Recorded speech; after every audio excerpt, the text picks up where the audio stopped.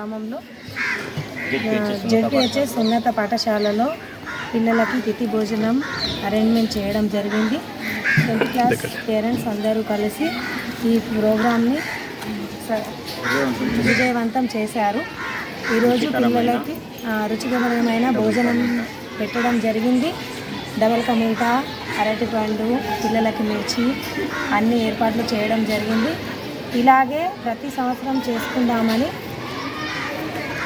అందరం అనుకున్నాము. వేల్పూర్ మండల్ పడిగల గ్రామంలో ఉన్నత పాఠశాలలో ఈరోజు తిథి భోజన పథకం ఏర్పాటు చేయడం జరిగింది.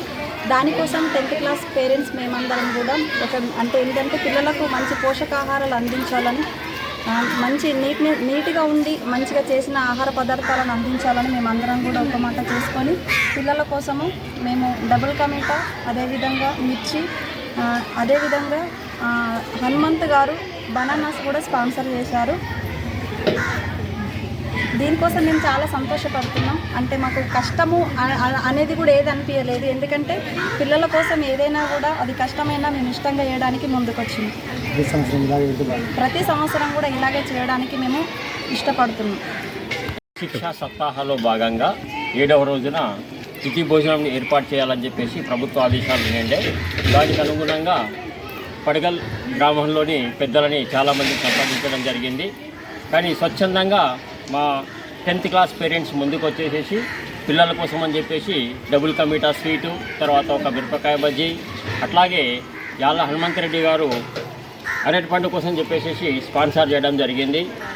లోకల్ మా ఎంపీటీసీ గారు, అట్లాగే చైర్మన్ వసీమా గారు, పాఠశాల ఉపాధ్యాయ బృందము, అట్లాగే తప్పకుండా మా 10th క్లాస్ పేరెంట్స్ పొద్దున్నుంచి మార్నింగ్ 9 o'clock నుంచి పడితే 1 గంట వరకు వాళ్ళ శ్రమంతాన్ని కూడా వెచ్చించి పిల్లలకి మంచి రుచికరమైనటువంటి భోజనాన్ని శుభ్రతతో అందించడం జరిగింది. ఈరోజు వారి సేవలు ఎల్లవేళలా కొనియాడదగినాయి.